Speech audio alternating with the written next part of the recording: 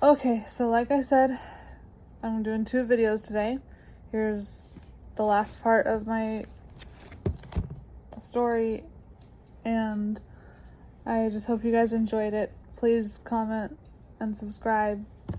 Give me an idea of what story I should do next. So I'd really appreciate it. So without further ado, here we go. So she only cried one time before we never heard her cry again. Like I had said before, she only cried one time. And unfortunately, I was the only one to hear it. Matt doesn't remember it, and my parents and my in-laws never got to hear it either. Matt and I both did not get the chance to hold her. We never got to change her. We actually didn't get to actually meet her until 1:13 a.m. the next morning, so June 9th. That same night, when we first saw her, she didn't look real to me. I thought that she was fake. I didn't think didn't think that my baby would look so fake. She looked like a baby doll. And the nurses took pictures and everything of us meeting her for the first time. They actually had her in a plastic, it looks like plastic, I think it's hard plastic, incubator, where it's like a bassinet, but it's clear plastic like normal, and then they have a plastic lid over the top of it.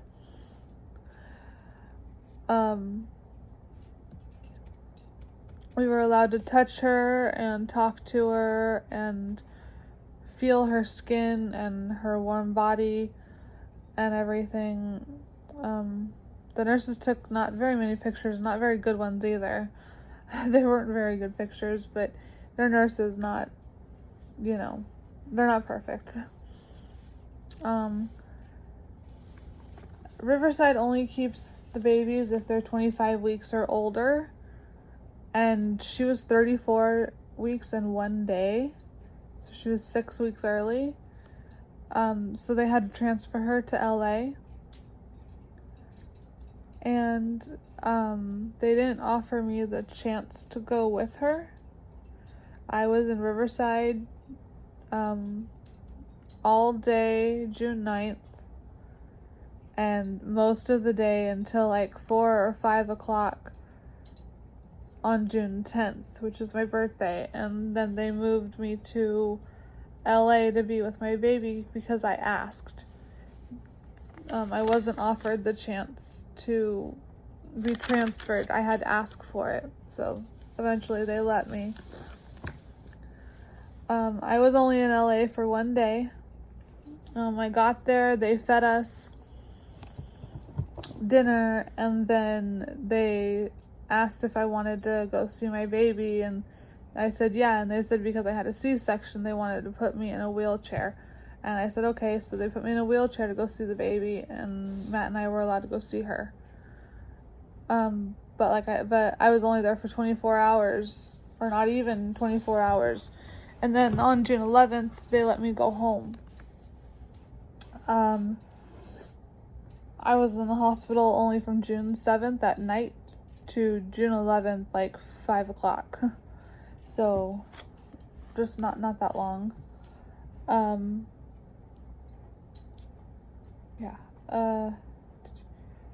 When she was in LA, she was on a breathing machine called a ventilator. At first they had her on what they call an aggressive ventilator, and she was there for about 6 days. She was on that for about 6 days, and then they changed her to a less aggressive ventilator because she was doing a little bit better. They thought that maybe her brain wasn't working the way it's supposed to, like telling her to breathe. But that wasn't the case because they did a CAT scan on her brain and did tests and stuff like that, and there's nothing wrong with her brain. They just and they wanted, since there was nothing wrong with her brain, and LA is more of like a neurological hospital for babies and stuff like that. They weren't sure what they were gonna do, so Matt and I went up there and we stayed at the Ronald McDonald House because we live so far from LA and we wanted to be right there for her. We were there, we got the okay to go up there Friday. We were there Saturday night, Sunday night, and we left on Monday because we were there Saturday. Then Sunday night, I think.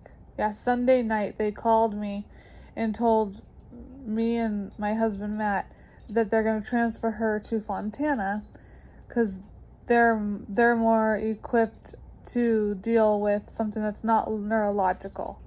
And with her, that's not the case. So they called me when they got there.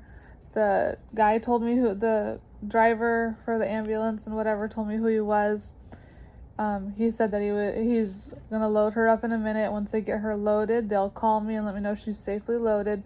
When they arrive to Fontana, which will be a couple of hours, they'll call me and let me know that they've arrived. And when she gets settled into her room, they will call me and let me know she's safely settled and into her room and in the care of the nurses. And so he did call me 4 times, like he said he would. I was up until like 10:30 until he called me the last time. That night, my husband was dead asleep by that time. But we were only there for 2 days, so we went out and we bought all this food and everything. So when we left, we just left it there, and we just kind of donated what we could, and like the mayonnaise and stuff like that we brought home with us. But like the bologna that we bought from lunch meat, we never ate. We bought chicken that Matt was gonna cook, and we didn't eat it, so we donated it. You know, we bought a 12-pack of sodas that he donated and stuff like that. And then we were on our way home. We stopped at the hospital on the way back down to go home. And we got to meet the nurse that ended up taking care of her all the time. She was there almost every single day. Her name was Christine. She was amazing. Not even the nurses that took care of me at the hospital were that good. I would have given anything to have a nurse like her. Christine was the only reason that we got to hold our daughter, because she didn't even know we didn't get to hold her. And she offered for us to hold her, and I was too nervous, and Matt wanted to wait until I held her first. I held her the next day that we went up there, we saw her every single day. There was only 1 or 2 days that we had missed, and that was because LA is so far, and we were waiting for our okay to go up to the Ronald McDonald House. I held her on June 18th for the first time. I sang to her, I talked to her, I read to her. I wasn't allowed to rock her or move her once they put her in my arms. 2 days later, she was back on dopamine, which is medicine that stabilizes her blood pressure. It was always really high or really low, so they put her on dopamine to try to get her body to stabilize it on its own so she didn't have to be on it. She went up and down on that for quite a long time. And I think it was like 2 days after I held her, they put her back on the aggressive ventilator without telling us. They should have called us and told us, and they didn't.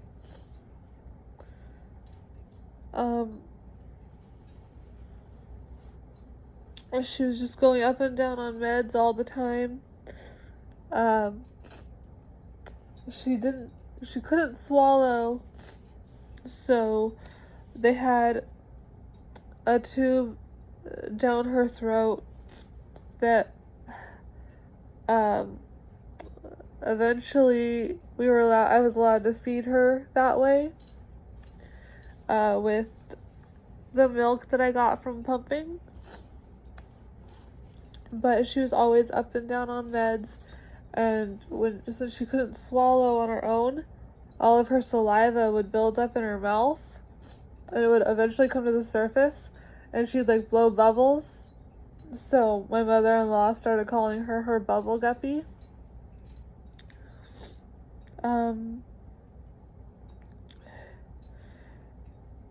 She was there for about a week before, maybe almost a week, before the genetics doctor came to see her. I want to say it was Dr.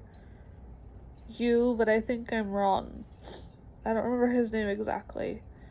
He came in and they said that they think she might have muscular dystrophy, which is a muscle disorder, and she has myotonic dystrophy, which happens to be just a type of a muscular dystrophy. And they looked at me and looked at Matt, and they shook his hand, and he said, okay, and then he shook my hand, and he was like, okay, I see what's going on. And we asked what, and he was like, I think she got muscular dystrophy from you, which is me. And they did a test on her, and it came back positive. And then they tested me. Mine came back positive. I was 800 plus repeats, which is the part of the gene that is the part of it's the muscular dystrophy gene, and she got it from me. She was 2,000 plus repeats. The more repeats it is, the higher severity the disorder is. I always felt guilty because I felt that it was my fault, and I believed that my husband and his family deserved a healthy baby, and I couldn't give that to them.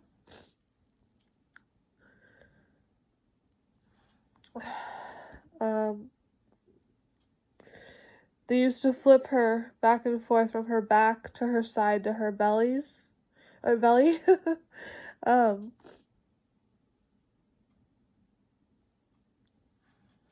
She was having little episodes where her heart rate would drop. Her heart rate, and her weight was going up and down a lot.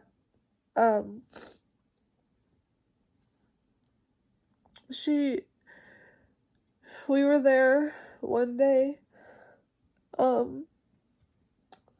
and she had this episode where, her heart rate was dropping, and, the oxygen level in her blood was dropping. The respiratory therapists had to come in. Every single doctor and nurse that was on that floor had to come in because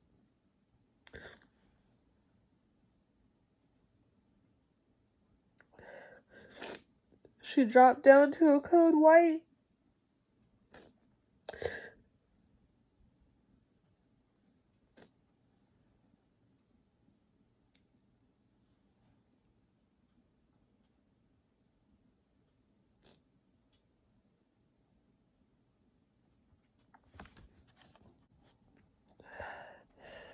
Sorry. She dropped down to a code white, which is they were losing her. They had to resuscitate her. It took them 8 minutes. And they saved her. But eventually, um, they had to increase the pressure on her ventilator so much where it was already as high as it could go, and it was too much for her little lungs to handle, because the ventilator expands your lungs. And her right lung popped, and it was leaking air into her chest cavity. And that's really painful, especially for a baby, I'm sure. And there's no surgery to repair a popped lung. So they had to get the air out of her chest cavity. So what they did is they cut a little incision in between where her ribs are and stuck a tube in there and let all the air drain out. But they drained about a quart, I think, or so of air, or a couple of quarts of air. And it just kept reaccumulating, and they could have done surgery on it to try to fix that, but there was no guarantee that it would fix the problem. And Dr. Lee, which is her like number one doctor, I guess, the one that would call us all the time and tell us everything, she said that they can do the surgery, but it's like a 2% chance that she would survive, and that they don't even think that she's strong enough to do the surgery to start with, and that it would probably just delay the inevitable, which is for her to die. And that's only if she would survive the surgery, that she'd probably die anyways. So Matt and I took time alone to talk, just to make sure that Matt and myself were making sure that we were ready to do what we had to do.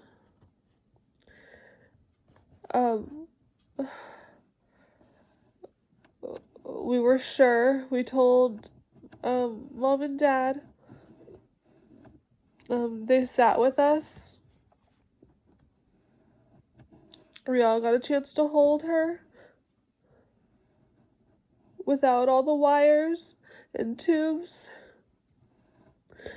as she passed away. Dr. Lee came in 2 or 3 times to check her heartbeat and make sure that it was stopped.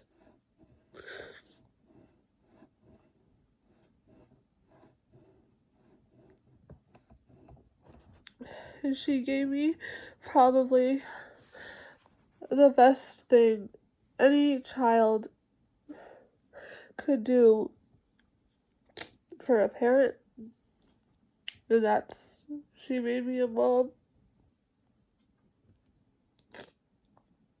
And I just want her to know that her mommy loves her.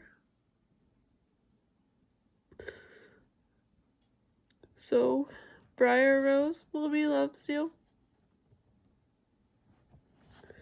Please comment and subscribe.